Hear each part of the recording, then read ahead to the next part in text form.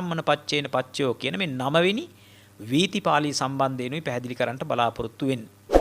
ඒ කියන්නේ මේ වන විට වීතිපාළි 8ක් සම්බන්ධයෙන් ධර්මදේශනා සිද්ධ කරලා තිබෙනවා. පින්වත්නි, අපි කෙටියෙන් නමුත් ඒ එක් එක් වීතිපාළිය තුල අදහස කවරක්ද කියලා විමසා බැලුවොත් මුලින්ම අපි පැහැදිලි කරලා දෙන්න යෙදුනා කුසලෝ ධම්මෝ කුසලස්ස ධම්මස්ස ආරම්මන පච්චේන පච්චයෝ කියන කාරණාවට උදාහරණයක් වශයෙන් අතීතයේ අපි දෙන ලද දානයක්, රකින්න ලද සීලයක් මතක් වෙලා මේ මොහොතේ ඔබට කුසල් සිතක් උපදිනවනම් දැන් මේ පින්වත් පිරිස හොඳට අත්දැකීම් ලැබලා ඇති.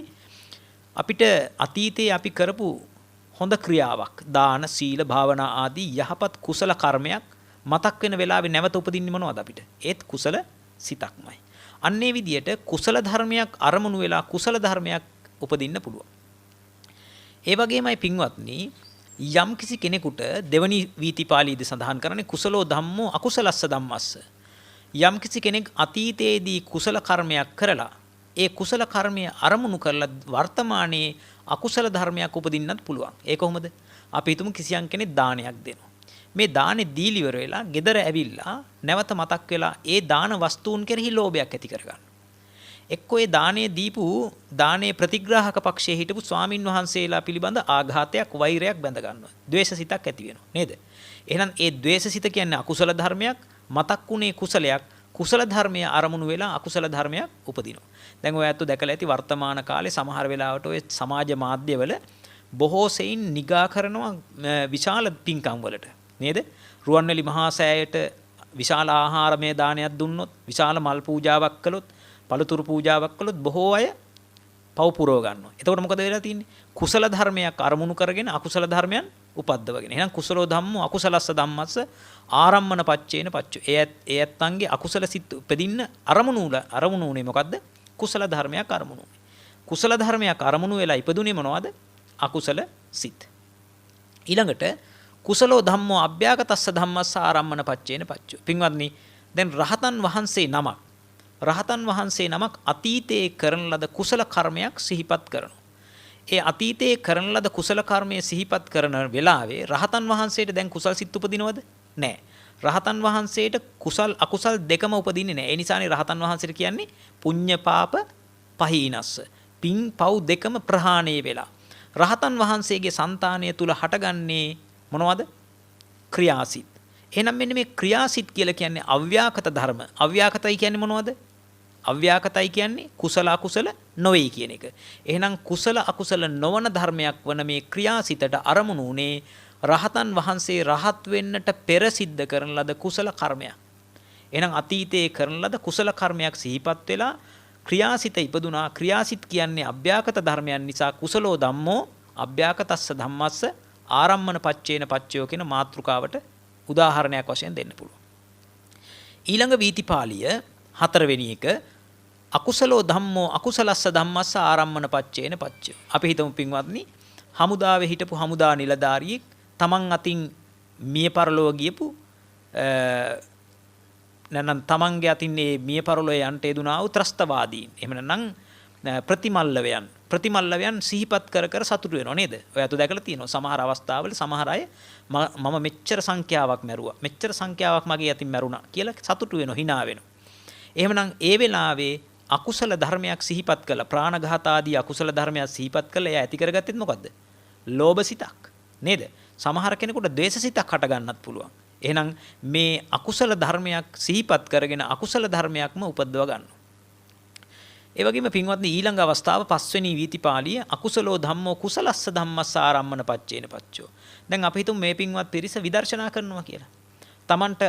තමන්ට කලින් ඇති වෙච්ච රාගයක්, කලින් ඇති වෙච්ච ද්වේෂයක් නේද? දැන් අපි හිතමු තමන්ට ඇති වෙච්ච ද්වේෂයක් විදර්ශනා කරනවා. කොහොමද විදර්ශනා කරන්නේ? ද්වේෂ සිත කියලා කියන්නේ සිතක්. ඒ තුල තිබෙන චෛතසිකය මොනවද? චෛතසික ධර්ම, නාම ධර්ම නේද? එහෙනම් අන්නේ නාම රූප ධර්මයන් පිළිබඳ විදර්ශනා කරන වෙලාවේ පින්වත්නි, අතීතයේ ඇති වුණු ඒ අකුසල ධර්මයේ මේ වෙලාවේ විදර්ශනා කුසල සිතට අරමුණු වෙනවා. මොකටද අරමුණු වෙන්නේ? විදර්ශනා කුසල සිතට අරමුණු. එහෙනම් අන්න විදර්ශනා කුසල සිත කියන එක කුසල සිතක්, අකුසල ධර්මයක් අරමුණු වෙලා තමයි මේ කුසල සිත ඉපැද්දුනේ. එහෙනම් අකුසලෝ ධම්මෝ කුසලස්ස ධම්මස්ස ආරම්මන පච්චේන පච්චයෝ. අකුසල ධර්මයක් කුසල ධර්මයක් ඉපැද්දවීමට අරමුණු වීම වශයෙන් උපකාර කළා කියන අවස්ථාව. ඊළඟ අවස්ථාව පින්වත්නි 6 වෙනි අවස්ථාව අකුසලෝ ධම්මෝ අභ්‍යාකතස්ස ධම්මස්ස ආරම්මන පච්චේන පච්චෝ. ඒ කියන්නේ රහතන් වහන්සේ නමකට පරචිත්ත විජානන ක්‍රියා අභිඥාව නිපදවාගෙන, ඒ කියන්නේ උන්වහන්සේට පරසිට දන්නා නුවණ උපද්දව ගන්න පුළුවන්. රහතන් වහන්සේට පුළුවන්කම තියෙනවා. දැන් අපි හිතමු රහතන් වහන්සේ කෙනෙක්ගේ ඉදිරියේ ඉන්න කෙනෙකුට ද්වේෂසිතක් ඇති වුණා කියලා. රහතන් වහන්සේට පුළුවන්කම තියෙනවා ඒ ද්වේෂසිත බලන්න පුළුවන්කම තියෙනවා. ඒකට මොකද්ද කියන්නේ? පරචිත්ත විජානන ඥානෙ. අනුන්ගේ සිත් දැනගන්නා නුවණ, පරසිට දන්නා නුවණ. අන්නේ පරචිත්ත විජානන ක්‍රියා අභිඥාසිත අව්‍යාකත ධර්මයක්. එහෙම නැත්නම් පාලියෙන් කියනවා නම් අභ්‍යාකතෝ ධම්මෝ. එහෙමනම් උපකාර වුණා මොනවද? අකුසල ධර්මයක් තමයි අරමුණු උනේ. අනුන්ගේ సంతානේ හටගත්ත රාගයක් හෝ දේශයක්. අකුසලෝ ධම්මෝ අභ්‍යාකතස්ස ධම්මස්ස ආරම්මන පච්චේන පච්චයෝ. ඊළඟට පින්වත්නි අභ්‍යාකතෝ ධම්මෝ අභ්‍යාකතස්ස ධම්මස්ස ආරම්මන පච්චේන පච්චයෝ. රහතන් වහන්සේගේ ඇතිවෙච්ච ක්‍රියාසිතක් රහතන් වහන්සේට පසුව අරමුණු කරන්න පුළුවන්කම තිබෙනවා. එහෙනම් ක්‍රියාසිත කියලා කියන්නේත් පින්වත්නි අව්‍යාකත ධර්මයක්. පසුව ක්‍රියාසිතකින්මයි ඒක අරමුණු කරන්නේ. එහෙනම් අව්‍යාකත ධර්මයක් අව්‍යාකත ධර්මයකට අරමුණු වුණු අවස්ථාව. ඊළඟට පින්වත්නි අභ්‍යාකතෝ ධම්මෝ කුසලස්ස ධම්මස්ස ආරම්මන පච්චේන පච්චෝ. දැන් අව්‍යාකත ධර්මයක් කුසල ධර්මයකට අරමුණු වීම වශයෙන් අරමුණු වෙන අවස්ථාවක්. උදාහරණයක් වශයෙන් පින්වත්නි නිර්වාණය කියලා කියන්නේ අව්‍යාකත ධර්මයක්. නිර්වාණය කියන එක කුසලවත් නෙමෙයි අකුසලත් නෙමෙයි. දැන් ඔයත් දන්නවා සෝවාන් මාර්ගසිත ගත්තොත්, සකදාගාමි මාර්ගසිත ගත්තොත්, අනාගාමි මාර්ගසිත, අරහත් මාර්ගසිත කියන මේ මාර්ගසිත මොනවද? කුසල්සිත. මේ කුසල්සිත නැත්නම් මේ මාර්ගසිත වලට අරමුණු වෙන්නේ මොනවද අම්මා? සෝවාන් මාර්ගසිතට අරමුණු වෙන්නේ නිර්වාණය. මොකද්ද? නිර්වාණයයි අරමුණු වෙන්නේ. නිර්වාණය කියන්නේ මොන ධර්මයක්ද? කුසල ධර්මයකුත් නෙමෙයි අකුසල ධර්මයකුත් නෙමෙයි. එහෙනම් ඒවට කියන මොනවද? අභ්‍යාගත ධර්මයක්. එහෙනම් අභ්‍යාගත ධර්මයක් අරමුණු වෙලා මොකක්ද ඉපදුනේ? කුසල ධර්මයක් ඉපදුනා. දැන් අද දවසේ අපි කතා කරන්නේ අභ්‍යාකතෝ ධම්මෝ අකුසලස්ස ධම්මස්ස ආරම්මන පච්චේන පච්චයෝ කියන මේ 9 වෙනි වීතිපාලියයි කතා කරන්නේ. එහෙනම් අපි කලින් වීතිපාලි 8 පිළිබඳවම කෙටියෙන් පොඩි පැහැදිලි කිරීමක් කරගත්තා. වර්තමානයේ දැන් අපි මේ මොහොතේ කතා කරන්න යන්නේ 9 වෙනි වීතිපාලිය සම්බන්ධයෙන් අභ්‍යාකතෝ ධම්මෝ අකුසලස්ස ධම්මස්ස ආරම්මන පච්චේන පච්චයෝ කියන මේ 9 වෙනි වීතිපාලිය. ඒක තේරුම මොකද්ද? අභ්‍යාකතෝ ධම්මෝ කියන්නේ අව්‍යාකත ධර්මයක්. අකුසලස්ස ධම්මස්ස කියන්නේ අකුසල ධර්මයක් උපදින්නට. ආරම්මන පච්චේන පච්චයෝ කියන්නේ අරමුණු වීම වශයෙන් උපකාර කළා. පැහැදිලිද? දැන් අපි හිතමු මෙතෙන්දී අපි මේක කොටස් දෙකකට බෙදාගත්තොත් මොනවද මේකේ ප්‍රත්‍ය ධර්ම, මොනවද මේකේ ප්‍රත්‍යෝත්පන්න ධර්ම? මේ කතා කරන්නේ මොනවද? හේතුඵල. මොකද්ද? හේතුඵල න්‍යාය. ඔබ දන්නවා මේ ප ဋ ාණය කියලා කියන්නේ හේතුඵල න්‍යාය විස්තර කරන අති දීර්ඝ විස්තර ක්‍රමය නේද? එහෙනම් මේකෙදි ප්‍රත්‍ය සහ ප්‍රත්‍යෝත්පන්න කියලා කොටස් දෙකක් තියෙනවා. ප්‍රත්‍ය කියන්නේ මොනවද? ප්‍රත්‍ය කියලා කියන්නේ ඵලයක් උපද්දවන්නට හේතු වන ධර්ම. දැන් උදාහරණයක් අපි හිතමු මෙහෙම. දරුවෙක් ලැබෙනවා දෙමව්පියන්ට. එතකොට දෙමව්පියෝ තමයි කවුද? ප්‍රත්‍ය ධර්ම. දරුවා ප්‍රත්‍යයෙන් උපන් ධර්ම හේවත් ප්‍රත්‍යෝත්පන්න ධර්ම. පැහැදිලිද? අන්න ඒ වගේ තමයි මේකෙදි මේ මාතෘකාව යටතේ ප්‍රත්‍ය ධර්ම මොනවද? ප්‍රත්‍යෝත්පන්න ධර්ම මොනවද කියලා මේ මාතෘකාවෙන්ම තේරෙනවා. අභ්‍යාකතෝ ධම්මෝ අකුසලස්ස ධම්මස්ස. අව්‍යාකත ධර්මයක් අකුසල ධර්මයකට. එහෙනම් අභ්‍යාකත ධර්මය තමයි ප්‍රත්‍ය වෙන්නේ. ඒ වගේම ප්‍රත්‍යෝත්පන්න වෙන්නේ මොනවද? අකුසල ධර්මය. පින්වත්නි, දැන් අපි මෙතෙන්දි සලකා බලමු මොනවද මේ අව්‍යාකත ධර්මයෝ මේ ප්‍රත්‍ය පැත්තට ගැනෙන. දැන් ඔබ අහලා තිබෙනවද ලෝකයේ තිබෙන ධර්ම වලින් චිත්ත චෛතසික රූප නිබ්බාන කියලා බුදුරජාණන් වහන්සේ වර්ග 4කට බෙදනවා. මොනවද වර්ග 4? චිත්ත චෛතසික රූප නිර්වාණය නැන නිබ්බාන කියලා පරමාර්ථ ධර්ම 4ක් කතා කරනවා. පින්වත්නි, මෙතනින් කුසල සිත්, අකුසල සිත්, විපාක සිත්, ක්‍රියා සිත් කියලා සිත් වර්ග 4කට බෙදනවා. ඒකෙන් කුසල අකුසල නොවන දේවල් වලට කියන මොනවද? අව්‍යාකත ධර්ම කියලා. එහෙනම් අව්‍යාකත ධර්ම හැටියට ගන්න පුළුවන් වෙන්නේ විපාක සිත්, ක්‍රියා සිත්, ඒ වගේම ඒවා හට ගන්න චෛතසික, ඊළඟට රූප. ඊළඟට පින්වත්නි, මෙතෙන්දී නිර්වාණය කියන එක මෙතෙන්දී මේ මාතෘකාව යටතට ගන්නෙ නැහැ. නමුත් අපි සලකා බලමු මොනවද මේ ප්‍රත්‍ය ධර්ම ටික කියලා ඒ අකුසල ධර්මයන් උපදින්නට හේතු වෙන. මොකද මේක මේ පැත්තට නිර්වාණය කියන එක ගත්තේ නැති වෙන්න හේතුව. නිර්වාණය අරමුණු වෙලා කවදාවත් අකුසල සිතක් උපදින්න බෑ. ඒ කියන්නේ ප්‍රත්‍යෝත්පන්න පැත්තට උපදින්න ගන්නෙ මොනවද? අකුසල ධර්මියෝනේ. එහෙනම් අකුසල ධර්මියෝ හැටියට අකුසල ධර්මයේ උපදීමට ප්‍රත්‍ය වෙන්නේ නැහැ මොනවද? නිර්වාණය. කියන්නේ කිසියම් කෙනෙකුට නිර්වාණය අරමුණු වෙලා අකුසල සිතක් උපදින්න පුළුවන්ද? ලෝභ සිතක්? බෑ. කිසියම් කෙනෙකුට නිර්වාණය අරමුණු වෙලා ද්වේෂ සිතක් හට ගන්න පුළුවන්ද? බෑ. කිසියම් කෙනෙකුට මෝහ සිතක් හට ගන්න පුළුවන්ද? බෑ. එහෙනම් නිර්වාණය ප්‍රත්‍ය පැත්තට එන්නේ නැහැ මේ මාතෘකාව යටතේ. මේ මාතෘකාව තමයි අභ්‍යාකතෝ ධම්මෝ අකුසලස්ස ධම්මස්ස කියන මාතෘකාව. එහෙනම් ඒ නිසයි මේකෙදි නිර්වාණය ගන්න නැත්තේ. අනිත් එක මතක තියාගන්න විපාක සිත් වලිනුත් ලෝකෝත්තර විපාක සිත් ටික අයින් කරනවා. මොනවද ලෝකෝත්තර විපාක සිත් හතර? සෝවාන් ඵලසිත, සකදාගාමි ඵලසිත, අනාගාමි ඵලසිත, අරිහත් ඵලසිත. පින්වත්නි ඒ ඵලසිත අරමුණු කළත් කාටවත් ද්වේෂයක්, රාගයක්, මෝහයක් ඇති කරගන්න බෑ. ලෝභ දේශ මොහ ඇති වෙන්නේ නැහැ. එහෙනම් මේකේ අකුසල ධර්ම උපදින්නට පුළුවන් ප්‍රත්‍ය වෙන ධර්ම තමයි අව්‍යාකත ධර්ම විතරයි මෙතෙන්ට ගන්නෙ. එහෙනම් මතක තියාගන්න ඕන මෙතෙන්ට ගන්නෙ ලෞකික විපාක සිත් 32යි, ඒ වගේම ක්‍රියාසිත 20යි. මොකද ලෞකිකයි ක්‍රියාසිත 20ම ලෞකිකයි. ඊට පස්සේ ඒවායේ හට ගන්න පුළුවන් චෛතසික 35යි, රූප 28යි. රූප 28 කොහොමත් ලෞකිකයිනේ. අන්නේ සියල්ලම මේ ලෞකික දේවල් ටික තමයි මෙතෙන්දී සලකන්නේ. මෙහිදී ප්‍රත්‍යෝත්පන්න වශයෙන් උපදින්න පුළුවන් මොනවද? ප්‍රත්‍යෝත්පන්න ධර්ම හැටියට උපදින්න පුළුවන් පින්වත්නි අකුසල් සිත් 12 උපදිනවා. මොනවද? අකුසල් සිත් 12 උපදිනවා. මොනවද අකුසල් සිත් 12? ලෝභ සිත් 8යි, ද්වේෂ සිත් 2යි, මෝහ සිත් 2යි. ඒ වගේම අකුසල් සිත් වල හට ගන්න පුළුවන් චෛතසික 27ක් තිබෙනවා. අන්නේ චෛතසික 27යි මෙතෙන්දී සලකනවා. හරි. හොඳයි දැන් අපි මේවා එකිනෙකක් වෙන වෙනම සලකා බලමු. මොකද්ද මේ ලෞකික සිත් 32 කියලා? පින්වත්නි ලෞකික සිත් 32 බෙදන්න පුළුවන් කාමාවචර ලෞකික විපාක සිත් 32 බෙදන්න පුළුවන් කාමාවචර විපාක සිත් 23යි.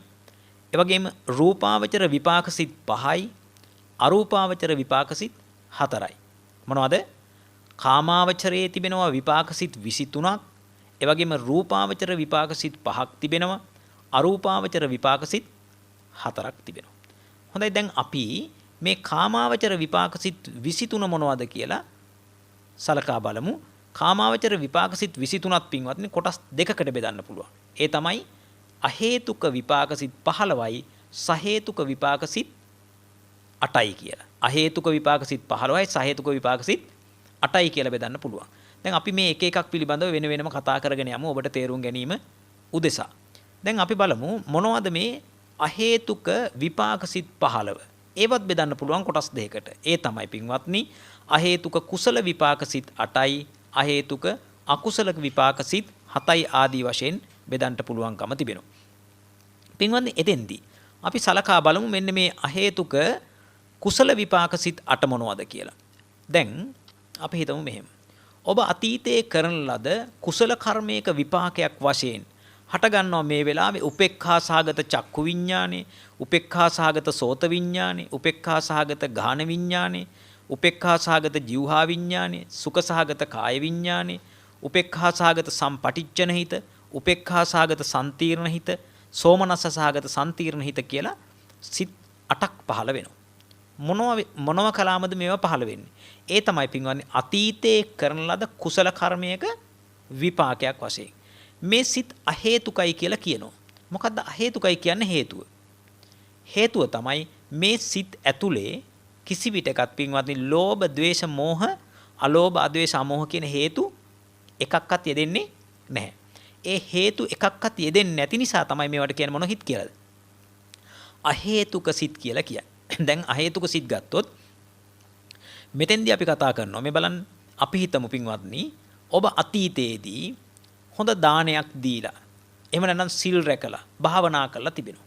මෙන්න මේ කරපු එකේ කුසල විපාකයක් වශයෙන් ඔබට අහේතුක සිතක් හට ගන්නවා. මේ වෙලාවේ ඔබට මේ බුද්ධ ප්‍රතිමා වහන්සේ දකින්න ලැබෙනවා. බුද්ධ ප්‍රතිමා වහන්සේ දකින්න ලැබීම ඉෂ්ට රූපයක්ද අනිෂ්ට රූපයක්ද? එහෙම නැත්නම් ප්‍රිය රූපයක්ද අප්‍රිය රූපයක්ද? ප්‍රිය රූපයක්. අන්න ඒ වගේ ප්‍රිය රූපයක්, ඉෂ්ට රූපයක්, කැමති වූ කාන්ත රූපයක්, මනාප රූපයක් දකින්න ලැබෙන්නේ මොන නිසාද? ඔබ අතීතයේ කරන ලද කුසල කර්මයක විපාකයක් නිසා. එහෙනම් අහේතුක කුසල විපාක උපේක්ඛා සහගත චක්කු විඥානය තමයි මේ වෙලාවේ හටගන්නේ. මොකද්ද? අහේතුක කුසල විපාක උපේක්ඛා සහගත චක්කු විඥානය හටගන්නවා. ඔය විදිහටම හිතන්න පින්වත්නි අතීතයේදී ඔබ කරන ලද කුසල කර්මයක විපාකයක් වශයෙන් ඔබට මේ වෙලාවේ ධර්ම ශ්‍රවණය කරන්න ලැබෙනවා. මොකද්ද? ධර්ම ශ්‍රවණය කරන්න ලැබෙනවා. ධර්ම ශ්‍රවණය කිරීම කියන එක ඉෂ්ට වූ ශබ්දයක්ද අනිෂ්ට වූ ශබ්දයක්ද? ඉෂ්ට වූ ශබ්දයක්, ප්‍රිය වූ ශබ්දයක්. එහෙනම් මේ ඉෂ්ට වූ ප්‍රිය වූ ශබ්දයන් අසන්න ඔබට ලැබෙන්නේ මොකක් නිසාද? අතීතයේ කරන ලද කුසල කර්මයක විපාකයක් වශයෙන්. ඒ වෙලාවේ ඔබට හටගන්න සිත මොකක්ද? අහේතුක කුසල විපාක උපේක්ඛා සහගත සෝත විඥාන. ඒ වගේමයි පින්වත්නි ඔබට මේ වෙලාවේ ප්‍රිය වූ ගන්ධයක් සුවඳක් දකින් ඔබට ආග්‍රහණය කරන්න ලැබෙනවා. ඒ ප්‍රිය වූ ඉෂ්ට වූ කාන්ත වූ මනාප වූ ගන්ධය ඔබට විඳින්න ලැබෙන්නේ මොකක් නිසාද? අතීතයේ කරන ලද කුසල කර්මයක විපාකයක් වශයෙන්. ඒ නිසා අහේතුක කුසල විපාක උපේක්ඛා සහගත ගාන විඥානය පහළ වෙනවා. ඊළඟට පින්වත්නි අපි හිතමු මෙහෙම. ඔබට ඊටාම ප්‍රිය වූ මధుර වූ රසයක් විඳින්න ලැබෙනවා දිවට. එහෙනම් අන්නේ ප්‍රිය වූ මధుර වූ රසය දිවට දැනෙන්නේ මොකක් නිසාද? ඔබ අතීතයේ කරන ලද කුසල කර්මයක විපාකයක් වශයෙන්. නා අහේතුක කුසල විපාක උපේක්ඛා සහගත ජීවහා විඥානය පහළ වෙනවා. දැන් ඔබට මේ වෙලාවේ සීතල කාමරයක බොහොම සීතලක් දැනෙනවා. බොහොම සනීපයක් දැනෙනවා කයට නේද? දැන් රස්නේ ඉන්න තැනකදී බොහොම විඩාවක් වෙහෙසක් දැනෙනවනේ. නමුත් මේ වෙලාවේ ඔබට බොහොම කයට පහසක් දැනෙනවා. මේ කයට පහස දැනෙන්නේ මොකක් නිසාද? අතීතයේ කරන ලද කුසල කර්මයාගේ විපාකයක් වශයෙන්. එහෙනම් ඒ වෙලාවේ හටගන්නේ සුඛ සහගත කාය විඥානය, අහේතුක කුසල විපාක සුඛ සහගත කාය විඥානය හටගන්නවා.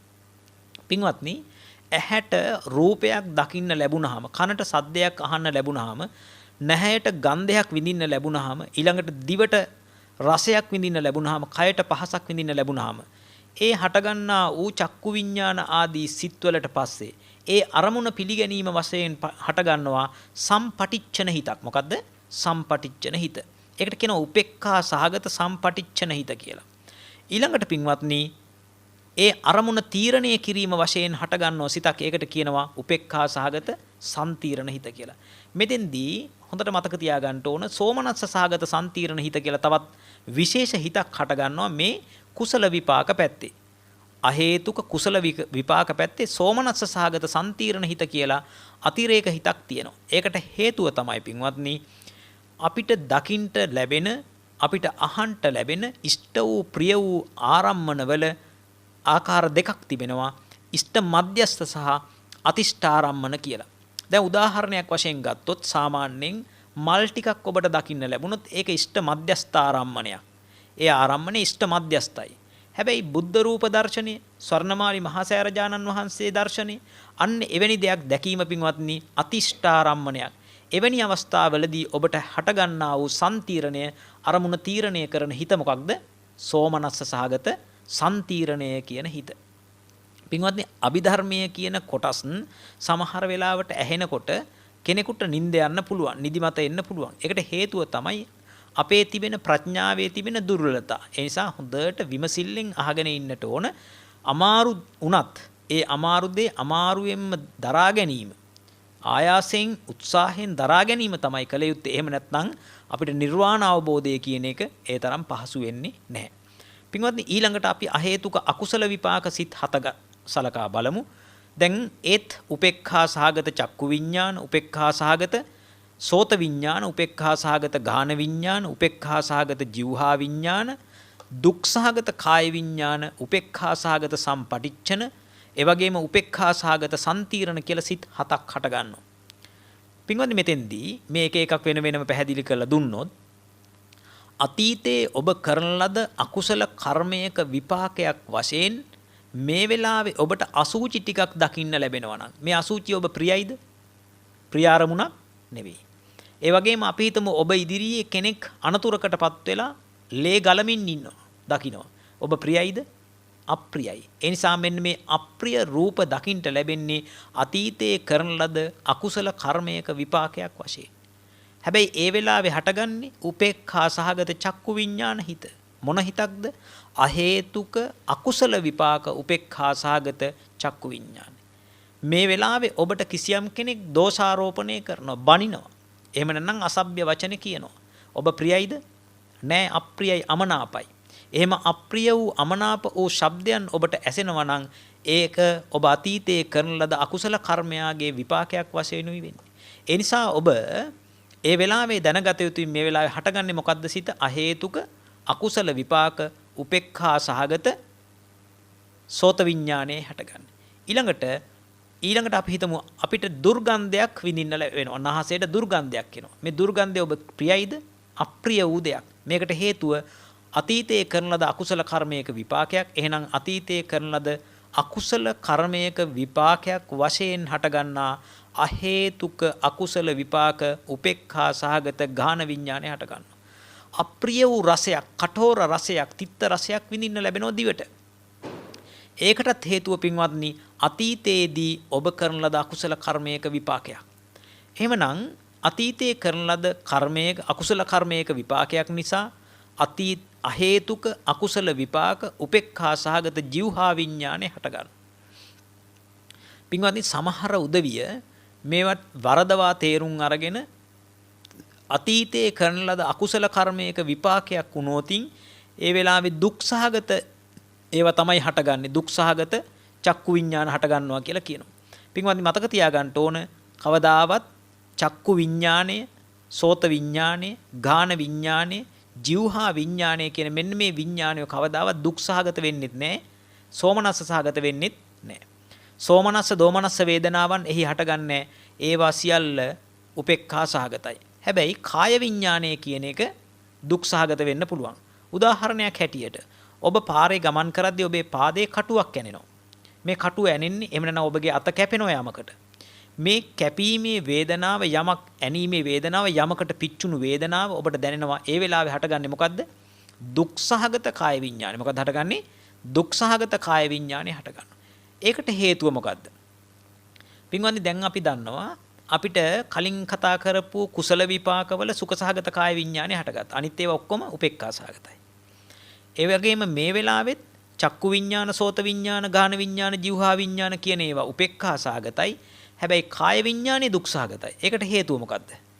කයට දැනෙන දේවල් ඍජුවම කයේ ගැටිලයි දැනෙන්නේ.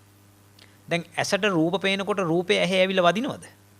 රූපේ ඇහැ ඇවිල්ලා වදින්නේ නැහැ. දැන් උදාහරණයක් වශයෙන් ඔබ ඉදිරියේ තිබෙන මේ මල් බඳුන ඔබට පේනකොට මේ මල් ඇවිල්ලා ඔබේ ඇහි වදිනවද? වදින්නේ නැහැ.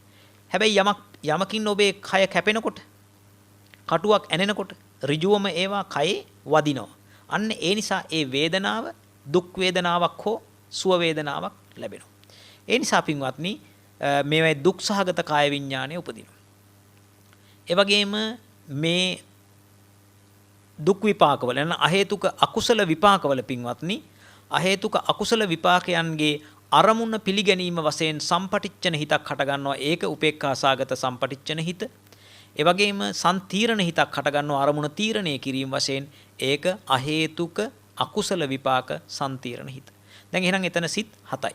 දැන් එතන අහේතුක අකුසල විපාක 7යි, කුසල විපාක 8යි, ඔක්කොම සිත් 15ක් වෙනවා. ඒ අකුසල විපාක සහ කුසල විපාක අහේතුක විපාක සිත්. ඒ වගේම දැන් අපි සහේතුක විපාක ගත්තොත් සහේතුක විපාක 8ක් තිබෙනවා. මොනවද ඒ? සහේතුක විපාක 8 ගත්තොත් පින්වත්නි අපි දන්නවා සෝමනස්ස සහගත ඥාන සංප්‍රයුක්ත අසංඛාරික විපාකසිත, සෝමනස්ස සහගත ඥාන සංප්‍රයුක්ත සසංඛාරික විපාකසිත, ඒ වගේමයි සෝමනස්ස සහගත ඥාන විප්පයුක්ත අසංඛාරික විපාකසිත, සෝමනස්ස සහගත ඥාන විප්පයුක්ත සසංඛාරික විපාකසිත කියලා විපාකසිත 4ක් තියෙනවා සෝමනස්ස සහගත. උපේක්ඛා සහගත ඥාන සංපයුක්ත අසංඛාරික විපාකසිත, උපේක්ඛා සහගත ඥාන සංපයුක්ත සසංඛාරික විපාකසිත, ඒ වගේම උපේක්ඛා සහගත ඥාන විප්පයුක්ත අසංඛාරික විපාකසිත, උපේක්ඛා සහගත ඥාන විප්පයුක්ත සසංඛාරික විපාකසිත කියලා පින්වත්නි විපාකසිත සියල්ලම 8ක් වෙනවා. දැන් මේවා මොනවද? සහේතුකයි. සහේතුකයි කියන්නේ මේ සිත්වල ලෝභ දේශ මොහ, අලෝභ දේශ අමෝහ ආදී හේතුන්ගෙන් එකක් හෝ හට ගන්නා නිසා. ඊළඟට රූපාවචර ලෝකේ හට ගන්නා වූ පින්වත්නි විපාකසිත ගත්තොත් විපාකසිත 5ක් තිබෙනවා. ඒ මොනවද? විතක්ක, විචාර, ප්‍රීති, සුඛ, ඒකාග්‍රතා සහිත පඨම ධාන විපාකසිත. ඊට පස්සේ විචාර, ප්‍රීති, සුඛ, ඒකාග්‍රතා සහිත ဒုတိ ය ධාන විපාකසිත. ඊළඟට ප්‍රීති සුඛ ඒකාග්‍රතා සහිත තෘතිය ධාන විපාකසිත. ඊළඟට පින්වත්නි චතුර්ථ ධානයේ තියෙන්නේ සුඛ ඒකාග්‍රතා සහිත චතුර්ථ ධාන විපාකසිත.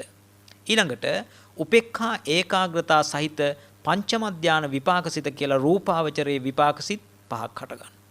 ඊළඟට පින්වත්නි අරූපාවචරයේ ගත්තොත් අරූපාවචරයේ විපාකසිත හතරක් හට ගන්නවා. ඒ තමයි ආකාසා නංචායතන විපාකසිත, ආකින්චඤ්ඤායතන විපාකසිත, ඊට පස්සේ විඥානංචායතන විපාකසිත, නේව සංඥා නා සංඥායතන විපාකසිත කියනා වූ මේ විපාකසිත හතරක් හට ගන්නවා. දැන් මෙන්න මේ කියනා වූ ලෞකික විපාකසිත 32 මේ ලෞකික විපාකසිත 32ම අරමුණු කරමින් ලෝභසිත හට ගන්න පුළුවන්, දේශසිත හට ගන්න පුළුවන්, මෝහසිත හට ගන්න පුළුවන්. එහෙනම් මේ අකුසල මේ විපාකසිත අරමුණු කළා අකුසල ධර්මයන් උපදින්න පුළුවන් නිසා විපාක ධර්මයන්ට කියනවා පින්වත්නි අභ්‍යාකතයි කියලා. ඇයි අභ්‍යාකතයි කියන්නේ? කුසල අකුසල නොවන නිසා. එහෙනම් මෙවැනි මේ විපාකසිත 32ම අභ්‍යාකතයි. ඒ අභ්‍යාකත ධර්මය අරමුණු කළා අකුසල ධර්මය ඉපදිය හැකි නිසා මේ මාත්‍රිකාවට ගන්නවා අභ්‍යාකතෝ ධම්මෝ කවරක්ද? අකුසලස්ස ධම්මස්ස ආරම්මන පච්චේන පච්චයෝ කියන මේ මාත්‍රිකාවට ගන්නවා. මම කිව්වා විපාකසිත විතරක් නෙමෙයි. දැන් තවත් තිබෙනවනේ පින්වත්නි ක්‍රියාසිත කියලා කොටසක්. ඒත් අභ්‍යාකතයිනේ නේද? එතෙන්දි මතක් කරන්න ඕන ලෝකෝත්තර ඵලසිත හතර අපි මුලින් මතක් කළා. මේ මාත්‍රිකාව යටතට ගන්නෙ නෑ. ඇයි හේතුව? මේ විපාකසිත වන ලෝකෝත්තර ඵලසිත හතර පින්වත්නි කිසි ලෙසකවත් අකුසල ධර්මයන්ට අරමුණු වෙන්නේ නෑ. එහෙනම් අකුසල සිත් උපදින්න අරමුණු වීම වශයෙන් උපකාර වෙන්නේ නැහැ ලෝකෝත්තර ඵලසිත හතර. ඒ නිසා මේ මාත්‍රිකාව යටතට ගන්නෙ නැහැ. දැන් අපි බලමු ක්‍රියාසිත 20. පින්වත්නි ක්‍රියාසිත 20ේදී ඒවත් බෙදා දක්වන්නට පුළුවන්කම තිබෙන ප්‍රධාන කොටස් දෙකකට අහේතුක ක්‍රියා සහ සහේතුක ක්‍රියා කියලා. අහේතුක ක්‍රියාසිත 3කුත් සහේතුක ක්‍රියාසිත 17කුත් තිබෙනවා. දැන් අපි බලමු පින්වත්නි ඉස්සෙල්ලම අහේතුක ක්‍රියාසිත 3 මොනවද කියලා. ඒ තමයි උපේක්ඛා සහගත පංචද්වාරා වජ්ජනසිත, ඊළඟට උපේක්ඛා සහගත මනෝද්වාරා වජ්ජනසිත, ඊළඟට සෝමනස්ස සහගත හසිතුප්පාදනසිත. හසිතය කියලා කියන්නේ සිනහව. රහතන් වහන්සේලාට සිනහ පහල කරන්නේ මොන සිතෙන්ද? මෙන්න මේ සෝමනස්ස සහගත හසිතුප්පාදනසිත. පෘතජ්ජන අයට පින්වත්නි සිනහ පහල කරන්නේ මොන සිත් වලින්ද? පෘතජ්ජන අයට සිනහ පහල කරන්නේ මොන සිත් වලින්ද? ලෝභ සිත් වලින්. මොනවෙන්ද? ලෝභ සිත් වලින් නැත්නම් සෝමනස්ස සහගත ලෝභ සිත් හතරෙන් එකකින් තමයි සිනහ පහල කරන්නේ. ඒ නිසා මතක තියාගන්න ඕන රහතන් වහන්සේලාට සිනහ පහල කරන්නේ මොනවෙන්ද? එක සිතයි තියෙන්නේ. ඒ සඳහා අපි සිනහ වෙන සිත් වලින් නෙමෙයි රහතන් වහන්සේ සිනහ වෙන්නේ මොනවෙන්ද? සෝමනස්ස සහගත හසිතුප්පාදන සිත කියන සිතින්. ඒ නිසා අපි සිනහ වෙන තරම් කට ඇරලා සිනහ වීමක් දත් පේන මට්ටමට සිනහ වීමක් සිද්ධ වෙන්නේ නැහැ. මදක් මුව විවර වීමක් විතරයි රහතන් වහන්සේලාගේ සිනහ පහළ වීමේදී සිද්ධ වෙන්නේ. එහෙනම් වර්තමානයේ ඉන්නා වූ රහතන් වහන්සේලා කියා ගන්න අය හඳුනා ගන්නත් හොඳ ක්‍රමයක් මේක නේද? සිනහ පහළ කරනකොට හිතා ගන්න පුළුවන් රහතන් වහන්සේලාද නැද්ද කියලා නේද?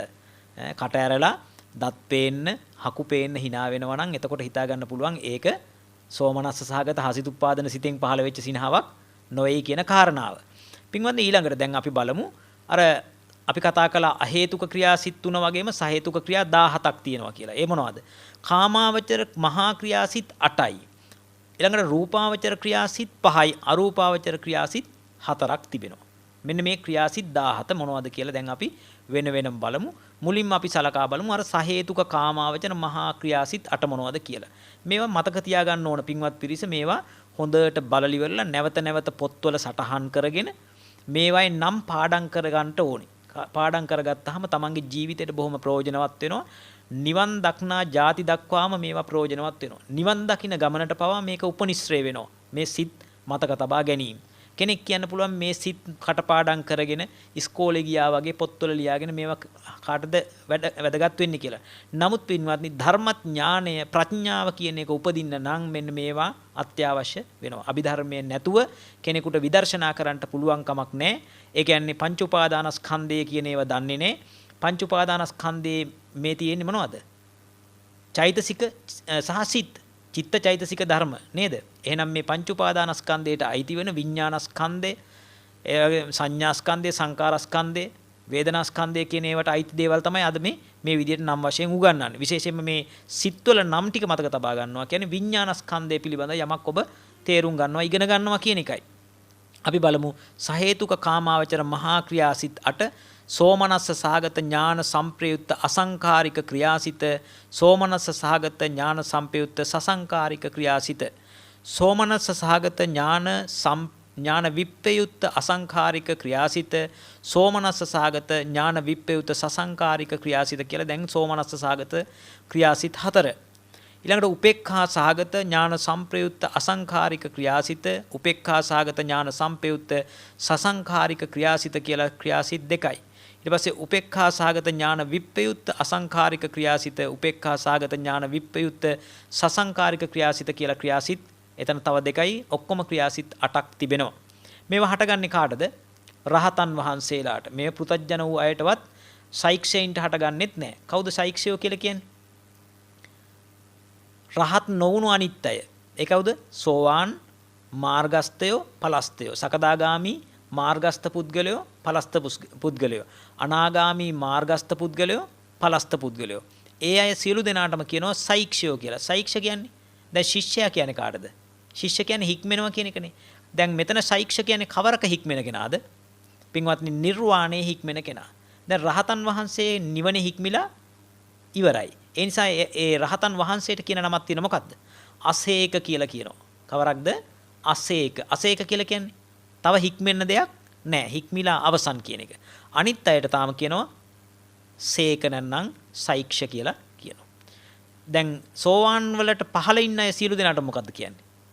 පෘතජ්ජනයි කියලා කියනවා. පෘතජ්ජනයි කියන්නේ පුතු කිලේසේ ජනේතිති පුතුජ්ජනා. පෘතුල වශයෙන් කෙලස් ජනනය කරන නිසා. පුතු කිලේසේ ජනේතිති. පෘතුල වශයෙන් කෙලස් ජනනය කරන නිසා අනිත් අයට කියනවා පෘතජ්ජනයෝ කියලා කියනවා. හොඳයි, දැන් මේ ක්‍රියාසිට වල අපි කතා කළා සහේතුක ක්‍රියාසිට 17න් 8ක් කතා කළා. ඊළඟට තියෙන රූපාවචර ක්‍රියාසිට 5. මොනවද ඒ රූපාවචර ක්‍රියාසිට 5 ගත්තොත්? විතක්ක විචාර ප්‍රීති සුඛ ඒකාග්‍රතා සහිත පඨම ධාන ක්‍රියාසිත, ඊළඟට විචාර ප්‍රීති සුඛ ඒකාග්‍රතා සහිත ဒုတိ ය ධාන ක්‍රියාසිත, ප්‍රීති සුඛ ඒකාග්‍රතා සහිත තෘතිය ධාන ක්‍රියාසිත, ඊට පස්සේ සුඛ ඒකාග්‍රතා සහිත චතුර්ථ ධාන ක්‍රියාසිත, උපේක්ඛා ඒකාග්‍රතා සහිත පංචම ධාන ක්‍රියාසිත කියන රූපාවචර ක්‍රියාසිත 4යි. මේවා හටගන්නෙත් කාටද? රහතන් වහන්සේලාට පමණයි. දැන් පෘතජන වූ අයට ක්‍රියාසිත කීයක් හට ගන්න පුළුවන්ද? පෘතජන අයටත් සෛක්ෂයන්ටත් ක්‍රියාසිත 2යි හට ගන්න පුළුවන්. ඒ තමයි උපේක්ඛා සාගත පංචද්වාරා වජ්ජන සිතයි, උපේක්ඛා සාගත මනෝද්වාරා වජ්ජන සිතයි. රහතන් වහන්සේලාට මේ ක්‍රියාසිත 20ම හට ගන්න පුළුවන්කම තිබෙනවා. රහතන් වහන්සේ ලෝකෝත්තරද ලෞකිකද? රහතන් වහන්සේ ලෝකයෙන් ඈතර වෙලා. හැබැයි රහතන් වහන්සේට ක්‍රියාසිත ලෞකික දේවල් හට ගන්න පුළුවන්ද? පුළුවන්. රහතන් වහන්සේ තුල ලෞකික ක්‍රියාසිත සියල්ලම හට ගන්න. එහෙනම් රහතන් වහන්සේ ලෝකෝත්තරයි කියන්නේ ඇයි? රහතන් වහන්සේට අරහත් ඵල කියන අරහත් ඵලය කියන ලෝකෝත්තර සිත හටගෙන ඉවරයි. ඒ නිසා රහතන් වහන්සේ ලෝකයෙන් ඈතර වෙලා. එතකොට රහතන් වහන්සේට හට ගන්න ලෝකෝත්තර ධර්ම වෙන්නේ මොකක්ද? ලෝකෝත්තර ඵලසිතක් වන අරහත් ඵලසිතයි එහි තියෙනා වූ චෛතසිකයි විතරයි. අනිත් ඒවා ඔක්කොම ලෞකික ධර්ම. හොඳයි පින්වත්නි, ඊළඟට අපි බලමු දැන් මේ ක්‍රියාසිත අපි 20ම කතා කළා. දැන් ඔන්න අනුවාද පාළි වශයෙන් බුදුරජාණන් වහන්සේ මේ මාතෘකාවට අදාළ අනුවාද පාළි කීපයක් දේශනා කරනවා. එකක් තමයි චක්ඛුං අස්සාදේති. මොකක්ද? චක්ඛුං අස්සාදේති. චක්ඛුං කියන්නේ මොකක්ද? ඇසට. චක්ඛුං කියන්නේ ඇසට. මෙතෙන්දි විශේෂයෙන්ම මතක තියාගන්න ඕනේ මේ අභිධර්මයේදී චක්ඛුං කියන වචනේ පාවිච්චි කරනවා නම් සමස්ත මේ අපේ මස් ඇසට නෙමෙයි කියන්නේ. මොකටද? චක්කු ප්‍රසාද රූපය ගැනයි කතා කරන්නේ.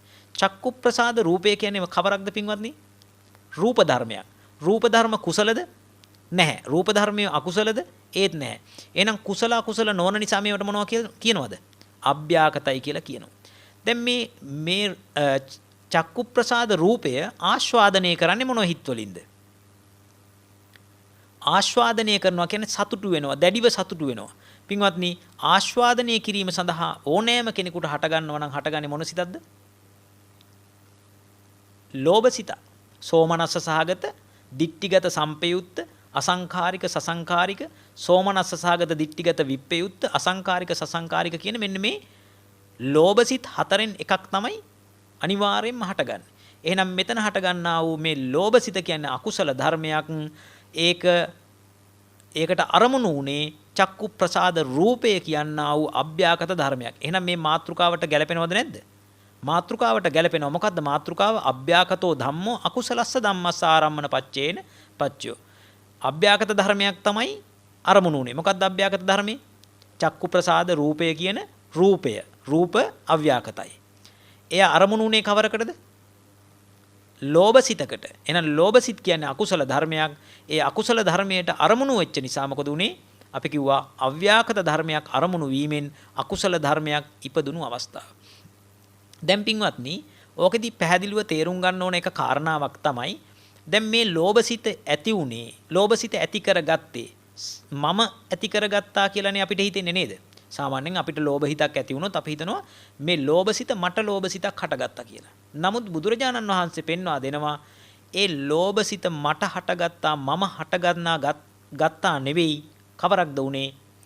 අරමුණු වීම වශයෙන් උපකාර කළා චක්කු ප්‍රසාද රූපය. ඒ උපකාරක වීම නිසා මෙන්න මේ ලෝභ සිත ඉපදුනා.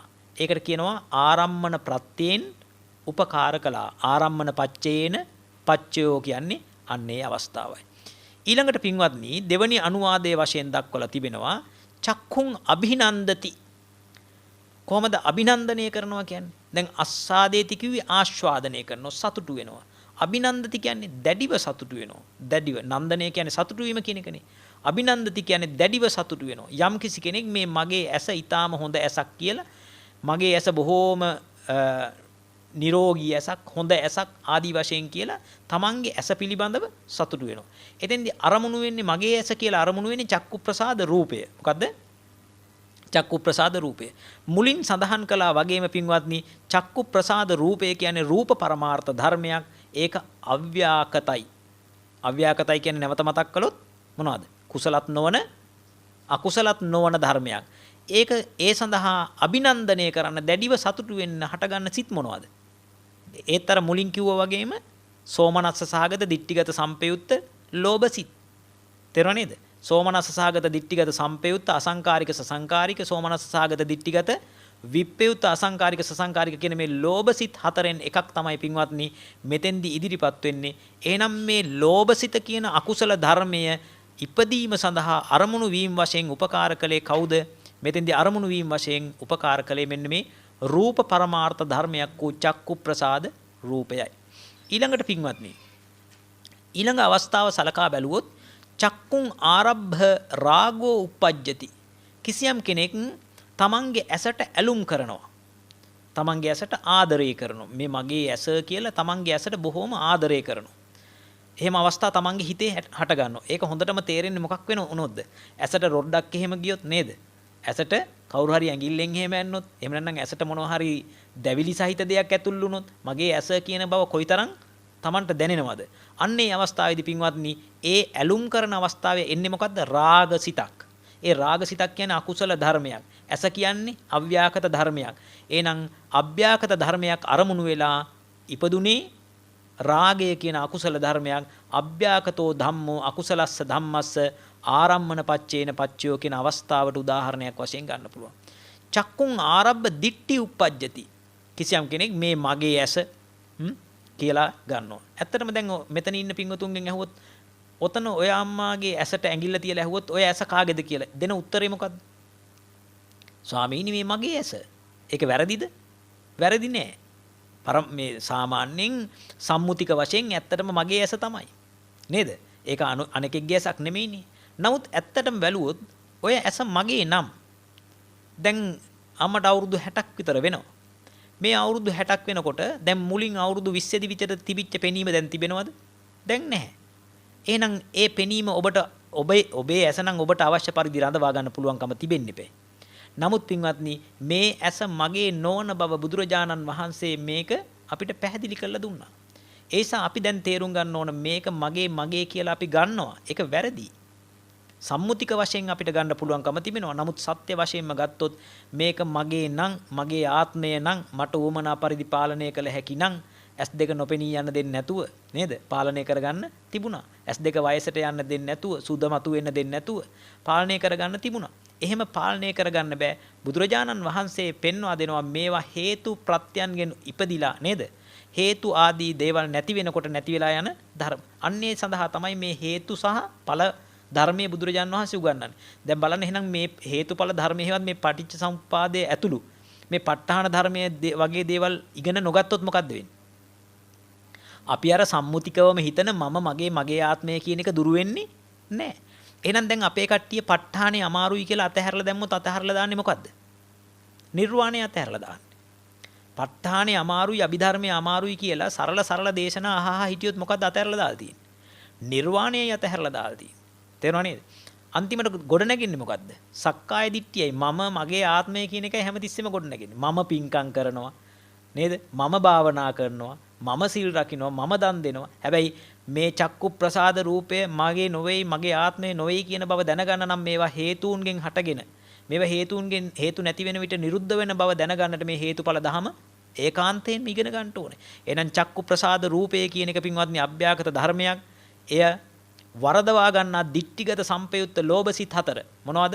සෝමනස්ස සහගත දිට්ඨිගත සංපයුත්ත අසංකාරික සසංකාරික සිත් 2යි. ඒ වගේම උපේක්ඛා සහගත දිට්ඨිගත සංපයුත්ත අසංකාරික සසංකාරික සිත් 2යි. මේවා මොනවද? ලෝභසිත. එහෙනම් අරමුණුනේ රූපයක් අභ්‍යාගත ධර්මයක් ඉපදුනේ ලෝභසිතක් අකුසල ධර්මයක්. එහෙනම් අභ්‍යාගතෝ ධම්මෝ අකුසලස්ස ධම්මස්ස ආරම්මන පච්චේන පච්චයෝ කියන අවස්ථාව ගන්න පුළුවන්. ඊළඟට චක්කුං ආරබ්බ විචිකිච්ඡා උප්පජ්ජති. කිසියම් කෙනෙකුට මේ ඇස පිළිබඳව සැක ඇති වෙනවා. මේ ඇස මගේද? එහෙම නැත්නම් මගේ නොවේද? ආදී වශයෙන් සැක උපදින්න පුළුවන්කම තිබෙනවා. මෙන්න මේ සැක උපදිනා කල්හි ඒ සැක කරන හිත මොකද්ද? මෝහ මූල විචිකිච්ඡා සංපයුත්ත හිත. ඒකත් අකුසල හිතක්. ඇස කියන්නේ චක්කු ප්‍රසාද රූපය. අභ්‍යාගත ධර්මයක්.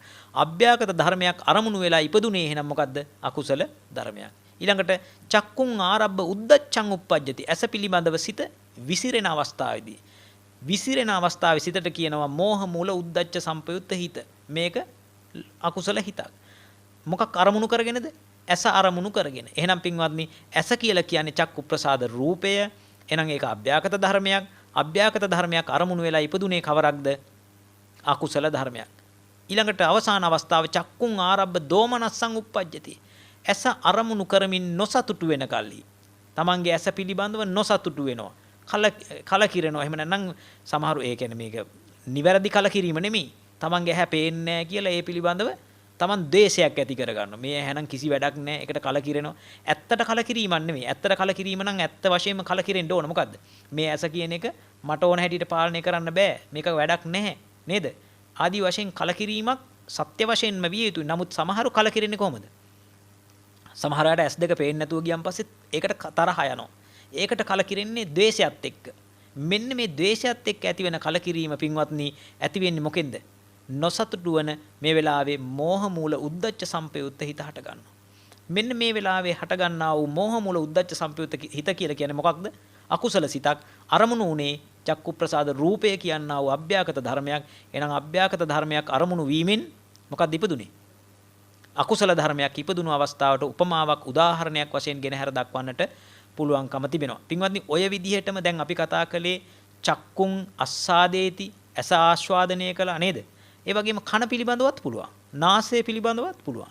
තේරෙනවද? දැන් ඇස කියලා කියන්නේ චක්කු ප්‍රසාද රූපය. කන කියලා කියන්නේ සෝත ප්‍රසාද රූපය. කිසියම් කෙනෙක් සෝත ප්‍රසාද රූපේ මගේ කන හොඳට ඇහෙනවා කියලා සතුටු වෙන්න පුළුවන්. නේද? දැන් සමහර අය වයසට යනකොට හොඳට එවැනි කතා කියනව නේද? වයසට යන අය මගේ නම් අවුරුදු 60ක් පැනලත් S2 හොඳට පේනවා. මගේ කන් දෙක හොඳට ඇහෙනවා. නේද? එහෙම ආදී වශයෙන් කියන්නේ මොකක්ද? තමන්ගේ කන පිළිබඳව, තමන්ගේ ඇස පිළිබඳව සතුටු වෙනවා, අභිනන්දනය කරනවා, ආස්වාදනය කරනවා. එහෙනම් ඒ වෙලාවේ අරමුණු උනේ මොකද්ද? චක්කු ප්‍රසාද රූපය, සෝත ප්‍රසාද රූපය. එහෙනම් ඒ වෙලාවේ ඔබට අභ්‍යාගත ධර්මයක් අරමුණු වෙලා අකුසල ධර්මයක් තමයි ඉපදිලා තියෙන්නේ. අපි දන්නේ නැහැ නේද? අපි කතා කරනවා ඒ උනාට මගේ ඇහැනම් හොඳට පේනවා කියලා. නමුත් ඒ වෙලාවේ ඉපදිලා තියෙන්නේ අව්‍යාකත ධර්මයක් අරමුණු වෙලා අකුසල ධර්මයක් තමයි ඉපදිලා තියෙන්නේ. එහෙනම් මේ මාතෘකාව මීට වඩා බොහෝ පුළුල් වශයෙන් කතා කරන්න පුළුවන් මාතෘකාවක්. නමුත් මේ පින්වත් උදවියට වැටහෙන පරිදි යම්තාක් හෝ වැටහෙන පරිද්දට යම්තාක් හෝ තේරුම් ගන්න පුළුවන් පරිද්දෙන් කතා කරලා දෙන්නට අපි උත්සාහවත් වුණා. ඒ නිසා අද දවසෙන් අපි මේ ආරම්මන ප්‍රත්‍ය පිළිබඳව වීතිපාලි 9ම දේශනා කරලා අවසන් කරනවා.